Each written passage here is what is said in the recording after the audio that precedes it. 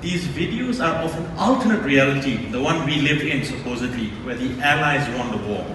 So you have footage of Winston Churchill, you have footage of Roosevelt.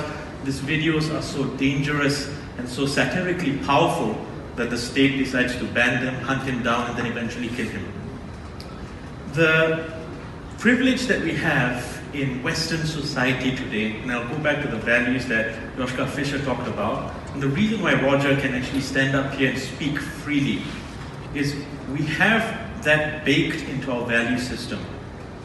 If you try to do satire, or if you try to speak freely in some other places, you don't just spend one night in jail, your entire family does. So the privilege to have satire as part of our Western institution and our models is really a feature that can self-correct a lot of the errors, the ability to speak freely. The problem is that we are now entering an age where whatever we see visually is likely to change. So that means if I can change what you are speaking about, or if I can change how you sound or how you look just based on a visual image, what is that going to do to our ability to understand the world and to make sense and make meaning? The worst part about it is that the lowest common denominator in the highest office in the United States is using this technology to push misinformation and painfully dangerous ideas. Remember, America's experiment with democracy is a recent one, and it's also a very violent one. When you retweet images like this as the President of the United States, you may cause unintended consequences that you would not see. These are, of course, fake images, not true at all, but he's known to tweet out a few of these. These are just images, so if you thought fake news was bad, just wait for the democratization of CGI that is coming. So I asked myself, how can we use this technology for good? Can we actually use deep fakes for social good?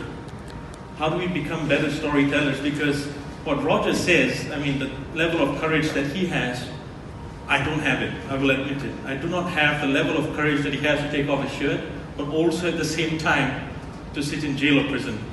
And I also think sometimes courage is not necessarily needed to create systemic change.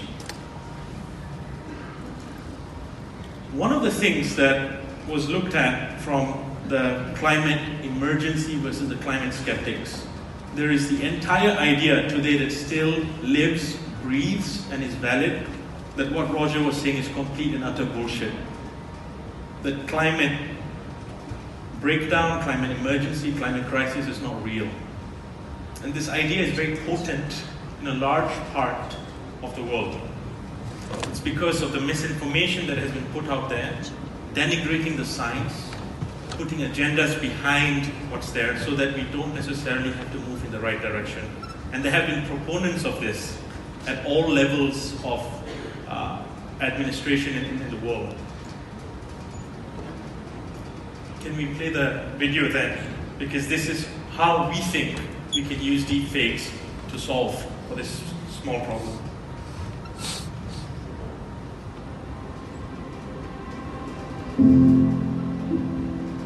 I thought man-made climate change was just fake news.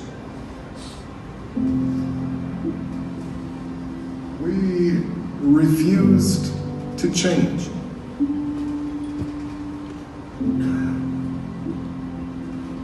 Hear ye, my friends, if Archimedes stated what was true, give me a place to stand and a lever long enough, and I will move the world. I fear, alas, that soon no lever long enough will move this world we have so terribly damaged. We should have done much more. The consequences of our inaction and greed will haunt us forever. Deep in our hearts, we decided to believe that climate change will occur in a distant and horrible future. We did not care enough for the future. I've burned down our home. I have burned down our future.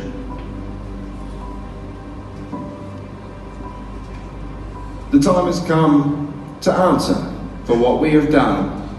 Today, we must accept responsibility. I must accept responsibility. We are all responsible for this crime against humanity. But today, all I can do is apologize on behalf of other world leaders and myself. I am sorry. With all my heart and soul, I apologize. Thank you very much. This is how we can combat misinformation with new technology to educate people. Thank you.